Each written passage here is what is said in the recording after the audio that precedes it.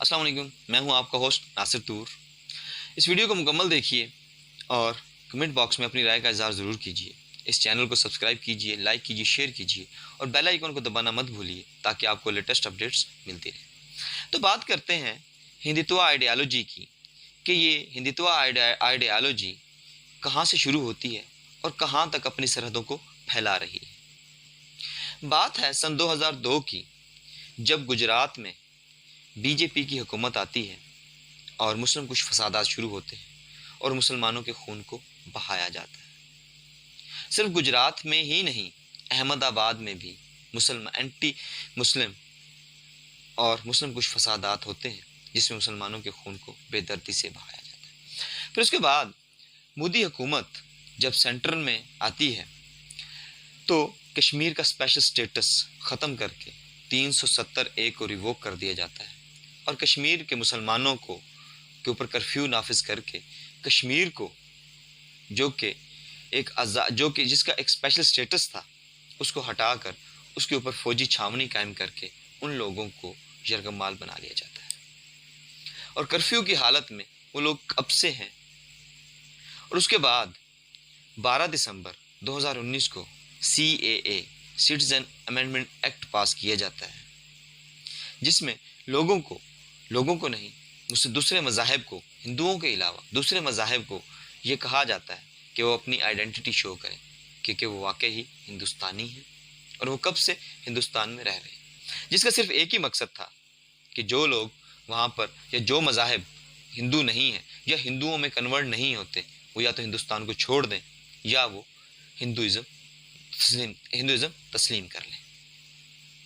اور اس کے بعد آج کی اگر بات کریں تو ہندتوا آئیڈیالوجی صرف ہندوستان میں ہی نہیں، ہندوستان سے نکل کر وہ لوگ اپنی اس آئیڈیالوجی کو باہر ویسٹ تک لے کے جا رہے ہیں۔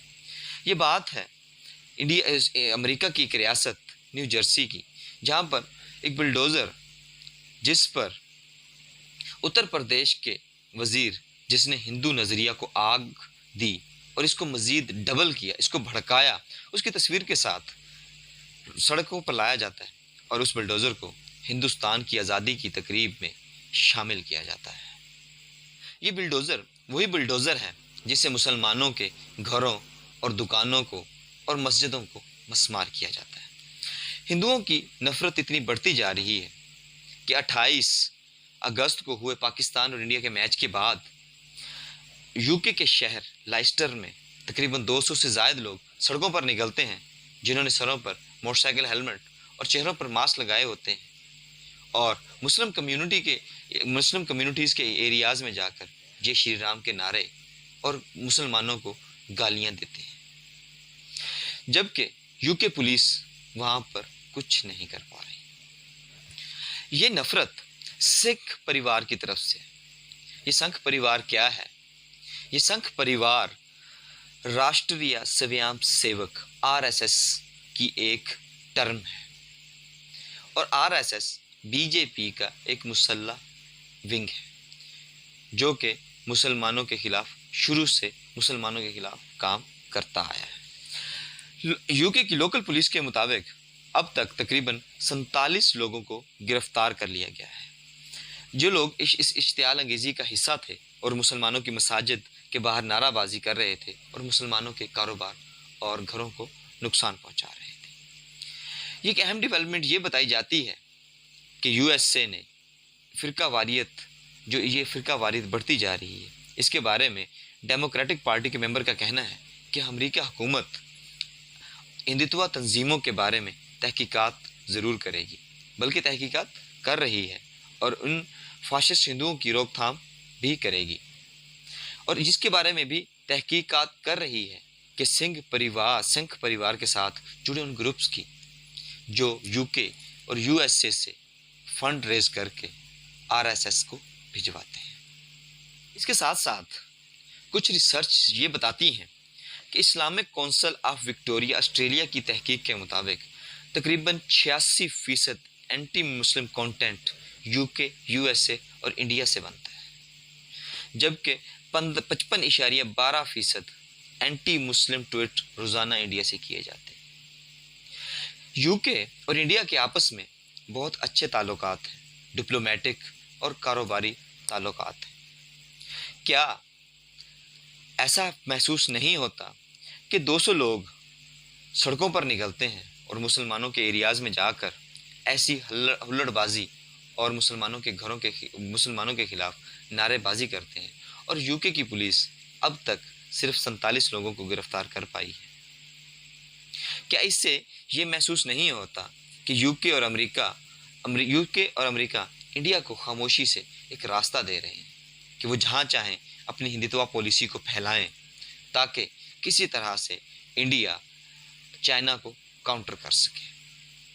کیونکہ چائنا صرف یو ایس اے کے لیے ہی نہیں، یو ایس اے کے لیے بھی ایک بڑا خطرہ ہے، کیونکہ چائنا ایک بڑھتی ہوئی اکانومی ہے، اور ایسا محسوس ہوتا ہے کہ وہ اپنی اکنامک ٹائز دنیا میں ہر ملک کے ساتھ اس طرح سے جوڑ رہا ہے کہ جیسے کچھ عرصے بعد تمام ممالک کو صرف چائنا کی ہی ضرورت ہوگی، یو کے یا یو ایس اے کی نہیں۔ تو ان تمام معاملات کے ساتھ ساتھ آج یہ موقع بھی ہے، کیونکہ ساتھ ساتھ تارکین وطن کو اس زہر سے بچانے کے لیے کس امر کی ضرورت ہے۔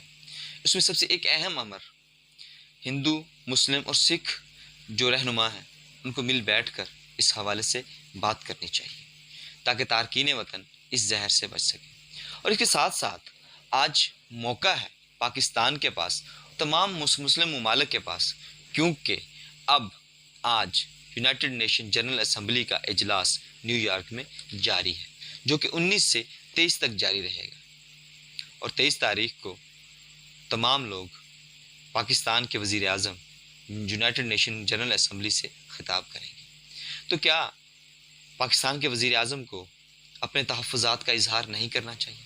اسلامو فوبیا پر بات نہیں کرنی چاہیے؟ ضرور کرنی چاہیے۔ جس طرح سے پچھلی حکومت میں عمران خان کے دور میں جب انہوں نے یونائٹڈ نیشن میں بات کی تو انہیں اسلامو فوبیا پر بات کی، اور ایک دن مقرر ہوا جو اسلامو فوبیا کے حوالے سے منایا جاتا ہے۔ شاید یہی ایک راستہ ہے دنیا کو بتانے کا، آج ایک موقع ہے دنیا کو بتانے کا کہ ہندوتوا آئیڈیالوجی کہاں سے کہاں تک پہنچ گئی ہے اور دنیا اس پر کیوں خاموش ہے۔ پاکستان کے علاوہ باقی ممالک، اسلامی ممالک کیا اس معاملے پر کیا کر رہے ہیں؟ خاص طور پر سعودی عربیہ، جہاں پر ہندوستان کے بہت سے لوگ یا تو ورک کرتے ہیں یا بہت سے لوگوں کا وہاں پہ کاروبار ہے۔ اس کے علاوہ سعودی عرب کے ساتھ ساتھ یونائٹڈ عرب ایمریٹس اور دوسرے ممالک جہاں پر ہندو موجود ہیں، وہ لوگ ہندو آئیڈیالوجی کو روک تھام اور اسلامو فوبیا کے بچاؤ کے لیے کیا کچھ کر رہے ہیں؟ اسلامو فوبیا کو بڑھنے سے کیسے روکا جا سکتا ہے؟ اور ہمیں ایز اے مسلم اس معاملے پہ، اس سارے واقعے پر کس طرح سے ایک مسلم، ایک قوم بن کر، ایک مسلمان بن کر سامنے آنا چاہیے؟ اس حوالے سے اپنی رائے کا اظہار کمنٹ باکس میں ضرور کیجیے گا، ہم آپ کی رائے کے منتظر رہیں گے۔ نیکسٹ ایپیسوڈ کے لیے پھر حاضر ہوتے ہیں، تب تک کے لیے اللہ حافظ۔